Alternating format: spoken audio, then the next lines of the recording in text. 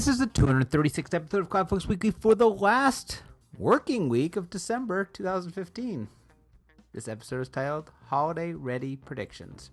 CloudFocus Weekly is brought to you by Arkus. And we are hiring. If you are a Salesforce consultant or admin and want to be part of a unique and growing company, send your resumes to careers@arkusinc.com. I'm your host, Jason Atwood, and joining me, co-host, 236 times in a row, Justin Elstein. Justin, how are you doing? You caught me staring into space. Yes, you are staring it up at our... I was looking at our trophy bin bookshelf thing. Yes, There's great some description. cool stuff on there. Okay, thanks for sharing. There's the hula dancing Appy Awards. There's some sneakers, some plaques, Pins of us, napkins, all the good stuff. Chatter teeth, the actual teeth that they handed out at Dreamforce for Chatter. That was the big announcement. All right. Well, so this is our last one.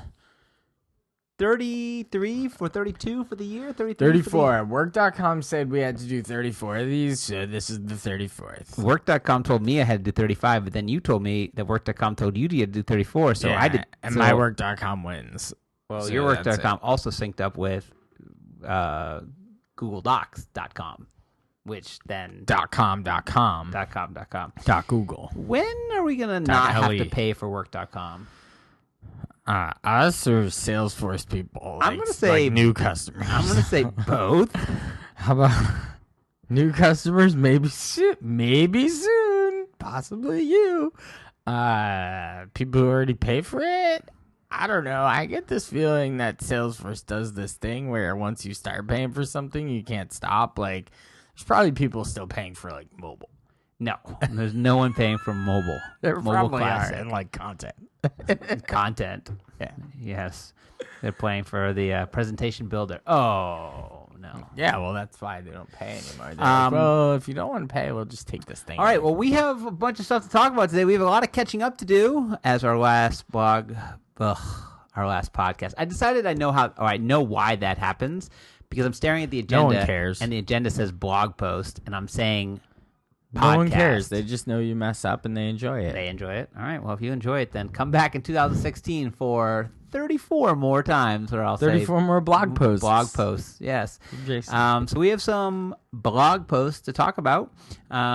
We have 10 reasons, top 10 reasons of the 375 reasons. There's a million reasons to be grateful for These are Salesforce the in 2015. 10. Is that where we're starting? We're starting with that one? Yeah, because that one's first before the first one. Then there's, is your Salesforce organization holiday ready? Okay. Then we're going to talk about the Amazon drone video, which hopefully you've watched by now. I have. And it's then pretty darn cool. It's cool. And we'll talk about that. And then we'll finish... I'm scared of that thing. With the cloud computing predictions for 2016, and we'll make fun of all the crazy things I said they're going to happen. So let's start off. Go back to 15s? Do we have to go do that? Well, I kind of reference it in my blog post. Yeah.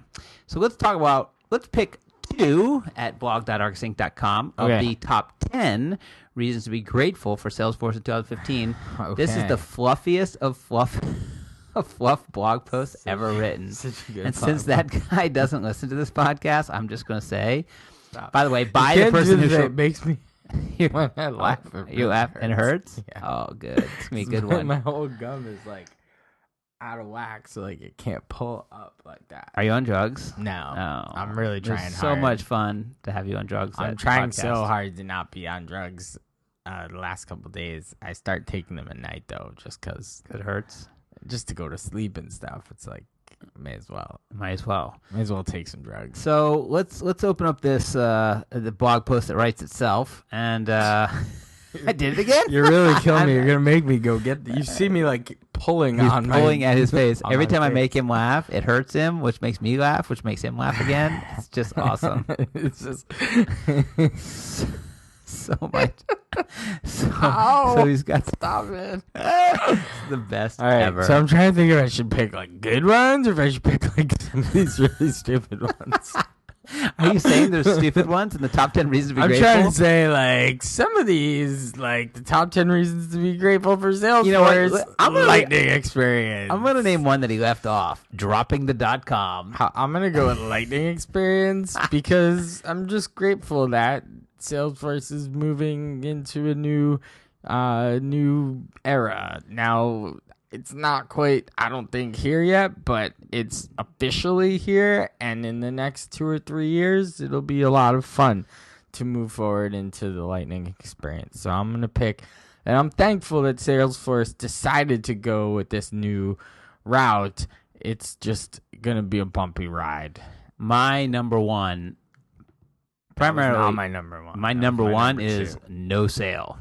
Because if Microsoft had bought Salesforce, we'd all be sitting around here on the Microsoft Weekly talking about It'd be so .NET. good. We'd be sitting here with our Windows tablets. Yeah. It'd be so cool. No, we would not. I'm going to pick what I think is probably like the best thing. And I don't know if this really started in 2015. I feel like it might have started in 14, but it's really taken off in 15. But if you're writing this blog post, you got to really research these things and spend a lot of time. I didn't write this. I know. That's why I'm making fun of the person So who did. I'm going to go with Trailhead because I think it's really just taken off like a lightning bolt, bolt of lightning, and just been the de facto go-to for how to learn new things. And they're setting a really nice standard for how to even roll out new features and new topics and just ways of learning that are really integrated into the system that in some ways make you actually go do things in the system, not just read or watch videos,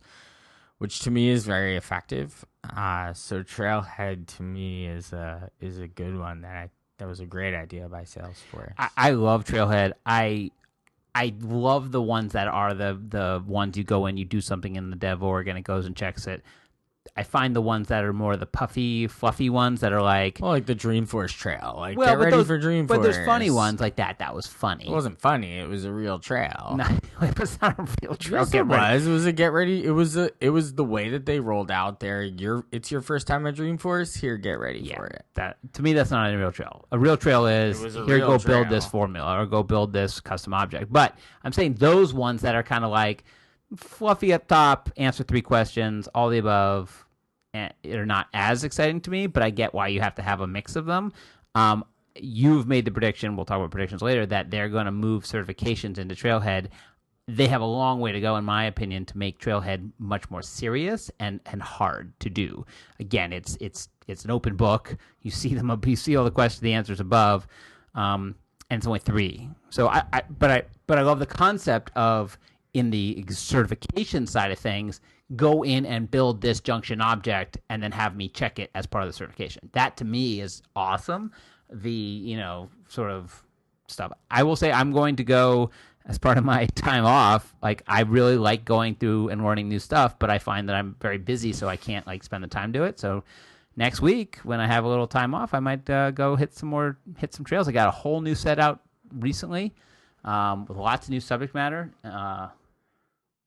So really cool stuff as you wander around the studio, picking up random things and putting them down. Picking up garbage. I pick things It's up. not I garbage. put things down. That's. I know where that's there in the corner. Think of the guest here. I know, and the guest was really great. She just left that there. The guest would do that. That's awesome. That's what guests at that age do. They just leave stuff around in corners. 94-year-old guests. Yes. Just leaving diapers in the corner. Minus 84 years. All right, so that's cool. So go to blog.arkusinc.com and read the other 8 reasons to be excited. we each chose like half of one. The top 10 reasons to be grateful for Salesforce in 2015. Right. It is hard-hitting news. All right, let's move to the next one. Okay, the next one is your Salesforce organization holiday ready? Holiday ready is really timely. Yes. And is packed full of good stuff that I suggest you head over to blog.arkusinc.com to go read, even though by the time you're hearing this, hopefully you've already read it. Otherwise, you're probably too late. Why? Too late to what? It doesn't go away. Too late to set up for the this holidays? Year. Yeah, because you're probably listening to this a little late. But anyway, this is all about who's it by? Making it. Oh, sorry, it's by Amy. Really? Amy Bouchafaro. Yeah, good You're job. Gonna make me do the Yeah, whole, I'm her gonna whole make you do her name. last name. That's not fair. And where can I find her on but Twitter? But I got it right. You did well. At If It Floats on Twitter. Ifitfloats.com, yes, or .twitter, twitter.com. Twitters. Yes.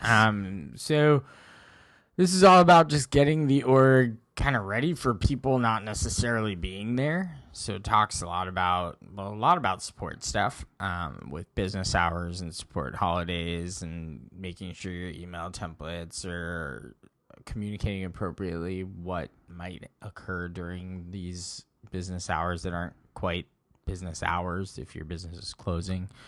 Right, moving things away as a best practice. You probably should do this anyway, from assigning things directly to people to assigning things to queues, things of that nature. Just sort of an overall health check to make sure that while your staff might be cut into a very small percentage, you can still operate and look like you're operating at large scale. Yep. Some good hints in here. Actually, I'm not even gonna say because it's actually just really good reading. Good stuff. It's good stuff. So go to blog.arkusinc.com and read on, is your Salesforce organization holiday ready? The answer is always yes. Should be holiday ready. Okay, we got some other news here. Something I saw weeks ago, and I think we put on one of the podcasts to talk about. Got put on hold. It got put on hold. So I think about 6-9 months ago, maybe even longer, Amazon came out with same sort of thing, a video sort of just showing high levels how they would deliver things via a drone, and and everybody kind of freaked out. It's like, oh my goodness, the drones, and I mean, drone culture and drone stuff has now blown up crazily. But this is like the newest. You go on Shark Tank and you mention the word drone, you will get a deal. You will get a deal. You just say drone, and they're like $1 million. Now here, just Mr. buy your whole company. 7% real royalty rate. So this was just cool because it was a video, and it has Jeremy Clarkson of the Top Gear fame. Although not longer Top Gear. There was a big fight over there about that, but that doesn't matter.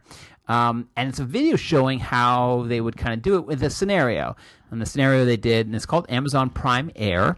This little brat wants some sneakers. So her sneakers, she's going to a soccer match, and one of her sneakers gets eaten by the dog, and they need to get a new pair of sneakers pronto. And so it's a video of how she would order on Amazon. And it would, this drone now it's a color drone. It's like in Amazon colors. Kind of funny. It's branded totally drone. Branded drone. And they show it going up, go through the sky, landing on a little... No. It starts before that. It shows it like in the warehouse. Oh, yeah. Getting the box of exactly what was ordered placed inside of the drone. Yep. And then it sort of just takes off from inside, goes straight up in the air, knows of its surroundings as to not bump into anything. Right. Well, it's up in the air, but yeah. Well, like it showed the example of a hot air balloon being nearby and it not bumping into it. Right. And then you put like a little landing pad out, like in your front lawn or whatever, and it just lands on it. And drops off the package. Just leaves the package there and boom, off it goes. I mean, it back is to home base. It is both extremely cool and like mind-blowingly, like if you showed someone from 1950 like this technology. Now, it doesn't really exist, but I'm sure in concept it does exist. But I'm sure there's a lot to go. But it is so cool, especially in the year that we talk about that, it's Back to the Future year, and all the things that were predicted and didn't come true. Nowhere did anybody see small, self-guided flying robots delivering pairs of shoes. So it's really, really cool. You know what it reminded me of? What it reminded you of? So it's 2015, isn't it? It's almost 16. So I think it was like 2006-ish. You and I went to Microsoft for the company we worked for. The big company that we worked for to get a demonstration of their new mobile capabilities. Don't remember this at all. And this guy is sitting there, and he's like the real like strategy guy, right? And he's like pulling out a phone that's like a European phone. It's not even like in America. It was like an Ericsson or something. Yeah, it was. I think it was like a Nokia, but whatever. It was like a smartphone, and this was pre-iPhone. It was like the era of the BlackBerry Trio? And like the Treo, and he pulls out this like Nokia, and he's like, "Listen, you're gonna stop paying for things with money. You're gonna start paying for things with these. You're gonna walk into a Starbucks and you're gonna pay for stuff with this." Right. And we're laughing at him, and like we're kind of like, "Oh, okay, like thanks, future guy." And like walked out, and we're like, "Yeah, like that'd be kind of cool, but don't really, And then I walked into Chop this afternoon and paid for my lunch on my phone, and like it's true, like people now pay for stuff on their phone. They're really walking into Starbucks and paying using their phones, and it always brings me back to the Benioff quote that he always used to use, and I guess it's gotten old, but he used to really hammer this home during what used to be awesome keynotes during Dreamforce. Oof. Wow, throwing some shade at Mark. Some serious shade at Mark, because he'll come back at me, Mark. Come at me with a better keynote. Whatever. Give me two. You used to give me two, now I get one. And it's not even you anymore. It's like other people acting. So anyway, he used to have a little slide and a speech to go over it that would say that, we as technologists would always overestimate what we can do in 1 year, but completely underestimate what we could do in 10. And this is one of those things that makes me think about that. It reminds me of the time we went and laughed at the guy who said we'd be paying for things with phones, and now all we're doing is paying for things with phones, and all we want to do is pay for things with phones. It's like, why can't I pay for something with my phone? And now it's like this drone thing is like, ha ha ha, isn't that silly? But 10 years from now, it's like, I'm gonna see a million drones in the sky just dropping back packages off, and I don't want to leave my house. Just drone knock on my window. That's right. Well, we live in an apartment building. Right? Put it on the deck. Yeah, put it on the, I think that's what I was thinking. Put it on the 5th floor. Or like whatever. I was trying to figure out how in an apartment building scenario this would work. Drop it off on the sidewalk next door, and the robotic doorman will go get it. Well, at that point, there'll be a little bot that comes out, grabs it, and goes back inside. Yeah, a little R2D2 thing or whatever the new guy thing is. Yeah, I'm fascinated. Again, I'm trying as I get older. One of the things that you run into is you get into that kind of like, oh, if it ain't broken, why is they fixing it? And new technology, it's terrible. And I really try to fight that. Like whenever I feel those feelings, I'm a very technology guy. I was talking with my wife and kid the other day about technology in the future, and we were talking about wearables. And I said, hey, listen, this is where they are now, watch and maybe glasses and whatever.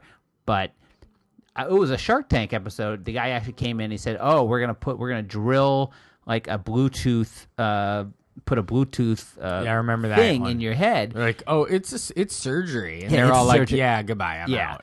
And, laughable then, I think within 10 years we'll be wearing stuff either embedded in our bodies or on our eyes or whatever that'll be technology. There'll be computer, robot, whatever. I can't wait for a Google Glass Island. What do they call it? The compact lens. Compact lens? Is that what they're called? Contact lens? Contact lens. I don't know. I don't wear glasses. No, I don't mean either. But I wish I was on drugs, then that would make up for my mistakes. So I think, yeah, it's true. You look at these things in the future and you think, oh, that looks so silly, but man, it's not going to be silly. No. It again, the overestimate 1 year, underestimate 10. So true. I think that holds very true. It's funny because Al Gore brought that up when he was doing his environmental speech. He's like, we thought that we'd be this far in solar, and we're actually so much farther along than we thought we'd be like 10 years ago. Interesting point. So anyway, we can move on from that and finalize with Your predictions. My predictions. My 6th annual. That's crazy that this blog is old enough to have 6 years worth of predictions. That's the theme song. Is that the theme song? Yeah. That's a good one. So I can't do it again. please don't do it again. Want me to hit the drop again? No, don't hit the drop. Okay, I won't hit the drop. So every year I write this blog post that I talk about things that I'm total fluff. But this one I actually have to think about because I have to predict things that are going to happen. With a confidence score. That are kind of outlandish. With a confidence score. And I have to think that they're going to happen. All right, let's do this. So we'll talk. Why don't we pick like a couple? Why don't we just 5 do all of them? All you of only them? have like 5. All right, fine. But then you don't have to go read it. Who cares? I want people to have to go read it. Oh, give them a break. They're listening. You've already listened. Did you down? It's already downloaded. It's already downloaded. Obviously, they're listening. So anyway, let's talk about this first one here. Who overtakes Netflix? Yeah, so I have no idea where Hulu and Netflix are in the streaming game. You don't even know if they've already overtaken. Oh, I know that Hulu's not taking over Netflix. I know that for a fact. But there's something in my, Netflix I feel like was really good at the binging. Hulu came in, had original programming, had the more fresh stuff. So like Saturday Night Live, it's clearly owned by NBC and whatever. It was started by NBC and Fox, I think. Yeah, that's right. Started because those are the two that back when they started. Their content is in there. But Hulu, I think, recently, anyway, 2 big things have happened to Hulu that I think are making it something that I watch much more than Netflix now. The content is better. They've started with original content. I don't think they've hit it as well out of the park as Netflix has. Not at all. But the commercial free brought the Netflix-y side of it, so which is you could just watch shows and not have to worry through commercials. Right. And then they've been doing movies. And they've been getting a few big blockbuster-esque movies in there that when you go on, you're like, oh, I didn't know I could watch a full feature-length movie on Hulu. Like, they used to have the Criterion Collection or something. Now they have, I think I watched the latest Transformers.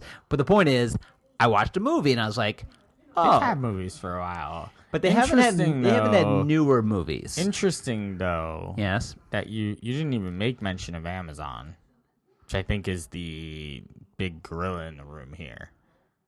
And because Amazon has stuff that's recent. But their original content is getting better. And Netflix's original content is getting really good. Both better than Hulu's original But all content. Hulu has to do is land 1 good or 2 good shows, and all of a sudden, but these other ones are like dominating award shows and stuff. I know, but that's this year. I'm saying for and 2016 last year and the year before. 2016, my prediction: Hulu overtakes Netflix. All right. Moving right along. Move along. Apple goes original. Speaking of content, original content that is. You have a confidence level of 9 here. Yep. I couldn't agree less. Oh, yeah. So this is part of the rumor mill. So there are rumors out there that Apple is going to create original video content. They're already doing it. They're already kind of starting to do this. So I don't know if you know, but Taylor, you have Apple Music, yes? I do. Yeah, and you actually succumbed. You pay. I do pay. Right? And you like the mixtape is your favorite channel. The mixtape. Love the mixtape. It's all you have to listen to. Mixtape radio. I have a question, because we could go back a little bit on this. So one of the things that you used to say about Pandora, that you were always like, Pandora knows me, and it knows what the songs I like, and whatever. And you gave that up just to listen to a mix called the mixtape. And a couple other radio channels. But none of that original stuff, none of the, it knows you. Do you miss it? It has that aspect because it has the For You stuff that does surface things that do tend to go towards my liking, because if I pulled mine up and you pulled yours up, they're going to be wildly but it's different. not a custom on-the-fly mix of music that you have it's curated over years of liking and disliking things, which was your big thing about Pandora. You used to say, this is the reason I like Pandora is I've spent years telling Pandora how I like this and don't like this, and it knows. It does. And so you gave it up. And I'm just wondering, now looking back, do you care? I wish you haven't thought about it. No, I have. Because we had it on the other night when we were having people over, and we just left the mixtape rolling, and it was hitting and missing, and I was like, I kind of wish that it was my Pandora playlist, because I know it would just hit what I wanted it to play. The band. No, the band. But it would be sprinkled in. But there is a thing that is still missing from Apple Music. Right. That sort of self-curated without having to put it together yourself mix. Right. I mean, I know it's definitely missing from Apple Music. I find it interesting. But what is your thing here? Because we just went on a bit. So what? A rat hole. I don't want to go on rat hole. No, Apple but goes original. Listen, you're talking about like I was telling you content. because I was saying you're in Apple Music and that got us down the rat hole. So Apple they're putting out Taylor Swift's 1989 concert is available on Apple Music. Came out this last Sunday. It's original video, 2-hour concert, only available on Apple Music. Yeah. So, and there's been rumors that Apple is going to go in and start to get new content, either movies or TV shows, and then offer them through iTunes as part of their package. It's a guarantee because it's where everybody's moving. How do you get people to go to your channel? How many people just sign up for Netflix because of Orange is the New Black or House of Cards? I mean, how many people sign up for HBO every year because of Game of Thrones? It is exactly where you get content, then people come to the content. Confidence level is very high. It's 9. a 9. All right. It's a 9er, folks. I detect a 9er in there. It's a 9er. Definitely a 9er. Okay. Daily Fantasy and Uber gets Ubered. Well, Ubering is, by the way, it's my least favorite term of 2015, which is Ubering. Like that this gets Ubered or you're going to Uber, that's going to get Ubered. And I think it means... I could look it up, I guess, but an industry that's sort of been around for a long time gets a new company to come in, a new startup to come in, and to rethink the way it's done, like taxis and hiring people, and kind of outsourcing it to the people, and then you get Ubered because they came in and they're disrupting the whole system. So I kind of am using it wrong, and I know that. I'm saying Ubered in terms of they get in trouble. So Daily Fantasy's already happened. It's happening. And Uber, I feel like, is on the precipice of being shut down. Like, I know they're huge and they're millions of dollars in investments and all this. I just have this feeling that a government agency, and I have 6 confidence on this, or agencies or worldwide agencies are going to come in and they're going to have too much pressure from the unions and whatever, and they're going to shut this stuff down and make Uber have to change its model drastically and very quickly, from outsourcing individually to maybe some sort of thing. And Daily Fantasy, anytime that anything's making that much money that quickly, someone's going to pick their head up and be like, And since you are playing on the edge of the law, it's a team thing. They're not putting together, it's not betting. They're putting together teams, and teams is skill-based. And so they're winning money by a skill, not by a betting. Yeah, you're definitely. I mean, there's already been lawsuits from players' associations because they're using their likeness in these things, right? You think like Odell Beckham Jr. is suing. I think it's Garcon. He's leading the class action suit. They're suing these places because they're making all their money. But hey, Beckham doesn't get any money out of the billions that these daily fantasy places are winning. So I think they're going to get. I think they're going to get in deep trouble next year. Next one. No new Apple Watch. This is insane to predict this. This is like going against everything I know and believe and true about Apple, which is that Apple releases something new every year. I think they're going to take the year off. I think they're going to go for the watch, meaning they're not going to release a new watch next year. I think they'll release one the year after, but I just feel like for next year, so again, I'm making crazy predictions, they're not going to release the watch. They're just going to let it go. And they're going to go back, and when they release it, it's going to be a total departure from this, taking everything they learned. And we've taken everything we've learned. Yes. We've reimagined it and recreated aluminium in a whole new way. Yep. And lastly, was no one. Salesforce, my longest shot, spins off Heroku with a confidence level of 1. Meaning... you don't actually think this is going to happen. I do think it's going to happen. No, I don't think it's going to happen. But I have this feeling that, like, if I look at all of the properties that Salesforce has bought and all the products and services and whatever over the years, some of them, they get sort of pulled into the fold. They get turned into products. They get turned into their own line. They get pulled into an already existing product. Heroku's sort of this outlier. It kind of doesn't fit. I mean, I know from a architecture, like platformization of things, it's this great service. It just doesn't fit. It doesn't seem to fit. It's like outside of what they're doing. The only thing it fits in is kind of it's cloud computing. But other than that, like, I know it's their answer to things. Well, you can the Salesforce platform isn't strong enough for you. Do it in Heroku. So maybe that's why they would never ever sell it. It just feels like it should be spun off. It doesn't. It's like, the Sesame Street thing. Which one of these doesn't belong? Heroku always looks like the one that doesn't belong. So I don't know. My thought is that they'll spin it off. Maybe they'll maintain a relationship with it, ownership in it. But I feel like it needs to go on its own and not be part of Salesforce. Okay. All right. Okay. Okay then. Any one of those? Out of all of those, which one do you think anything going to happen? Which one's the most likely to happen? Okay then.